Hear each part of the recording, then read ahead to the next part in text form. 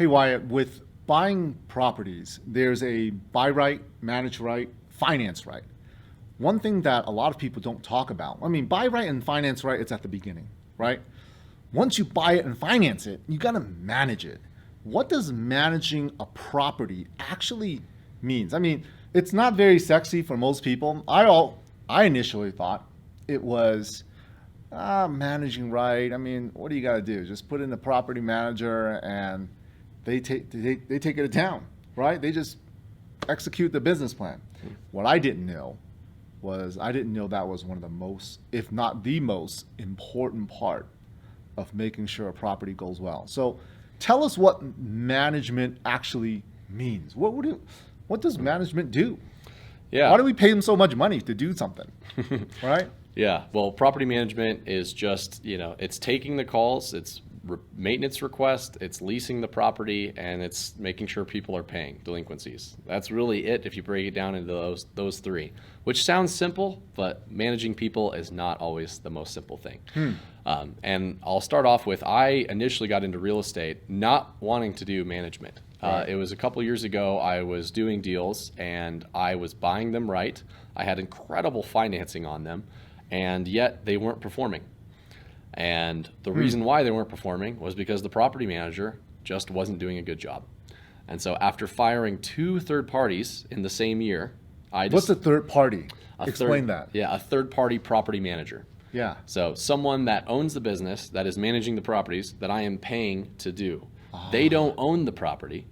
I'm just paying them to manage the property. Okay. And unfortunately, they don't care about the property like the owners do. Right. Usually, if you find a good third party, hang on to them. But it's very, very difficult to find a good third party manager. Right. We know about that too.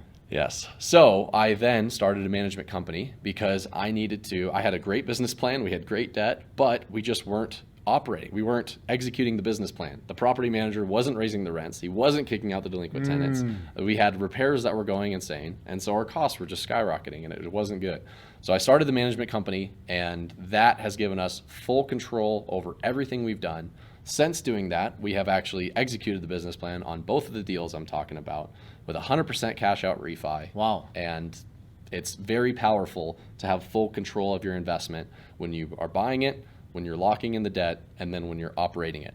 So because you found the need for it, and you had the need for it to operate it well, you actually started your own business to operate, and also manage these properties. How was it when you first started managing? I mean, mentally, you said this is something you didn't want to do initially, right? At what point did you say, I've got to do something about this? I'm going to start my own business. Most people don't think like that. Most people will just find another third-party management company, right? Why did you start your own? Like, what motivated that? Well, a couple things. I had partners that I had partnered with on these deals, and they had brought capital to the deal, which is their time. And I think time is the most precious resource. So when they have trusted me with their capital, and I know that I've done my research to buy this right and finance it right, but I am relying on someone else to manage it. Ultimately, I'm at fault if they don't manage it well. Right. Because they trusted me that this was a good investment. Yes. And when that investment isn't performing, then it's my responsibility to make it perform. And so I grabbed it by the reins and I said, okay, after property manager 1 didn't work, after property manager 2 didn't work, we're talking 9 months in here. So it's Wow. not, it's not a short thing. Right. We're giving them a runway. And after that runway didn't work, we are iterating. We're constantly finding the best way to do it. And unfortunately, that best way had to be me. And so I had to jump in and do what I had to do. And did I want to do management? Absolutely not. But was I going to let my partners down? No. How do you find you now being a self-management company, right? You having your own management company, operating it really, really well, right? People who are other sponsors out there looking for a property management company, what are some things? Like there's got to be tricks of the trade where you can pick up on certain things right away at the beginning where this management company is not going to be right. But sometimes due to the lack of options, or maybe they were recommended somehow, let's just go with them anyways, right? What are some things that people need to be looking out for when working with the property management? Like, what are some, like, hey, these are must-dos. These things must happen. Tell us about that. Great question. I would start with, first off, you gotta interview them and see what kind of character they have. Do they have a people first mindset? Do they actually care about the tenants, or are they just running a business and very cold hearted? Because the people that are customer service oriented are going to have better tenant bases because the tenants are going to feel that. How do you know, though? How would you know if they are people oriented? What questions would you ask? I would ask them, tell me about a time when something didn't go well and how was it handled? I would also ask and interview their team. So the person at the top's always going to give you the right answer. Yeah, they want to sell you Right. the property management. But if you can get to the people that are actually doing the work, then those are the people that you can just have a gauge, right? What do? You just find out which one they're managing. You start walking onto the grounds, find a grounds maintenance person, and just start talking to them. Yeah, start Okay. talking to them. Start talking to the leasing agent. The leasing agents and the maintenance techs are the two people that are going to be the most crucial people in Wow. what you're doing.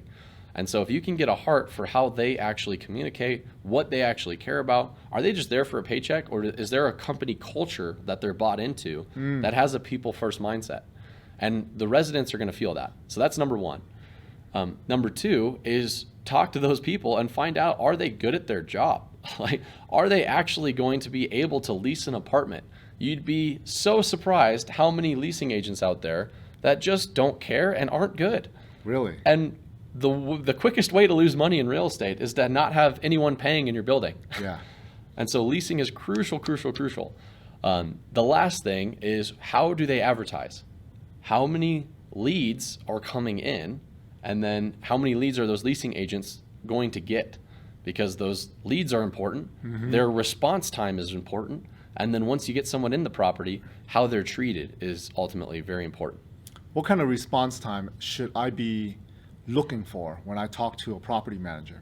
Like, a lead comes in 24 hours, 48, or way sooner than that? If it's during the business hours, you should be responding to a lead within 30 minutes at Wow. most. Wow. At most. And if it's after hours, then they should be getting a response, within the first hour to 2 hours of opening business. Okay. Thank you for opening that up, because property management, it's one of those things where you need it, but not too many people talk about it or teach about it. Any other golden nuggets, Wyatt, you want to share with us on having your own property management company, or maybe mistakes that any bonus mistakes people shouldn't make?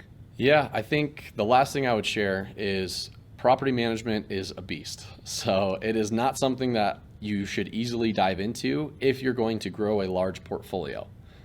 I think it's perfectly fine, and I know I managed my first 15 properties by myself until I got into larger apartment complexes. But I think single-family homes versus multifamily apartment complexes are completely different animals. And so if you're just starting out, I would recommend that you do self-manage a couple homes to get your feet wet, and you'll learn so much more about investing if you do that. But if you're going to start with apartment complexes, I would not start with multifamily apartment complexes unless you know that you're going to do it for a very long time, because the amount of effort that it takes to start is incredible. It is way more than I ever anticipated. However, it has been incredibly fruitful and worth it on the back end. Absolutely. Well, thank you for sharing your insight with us, Wyatt. Yeah, absolutely. My pleasure.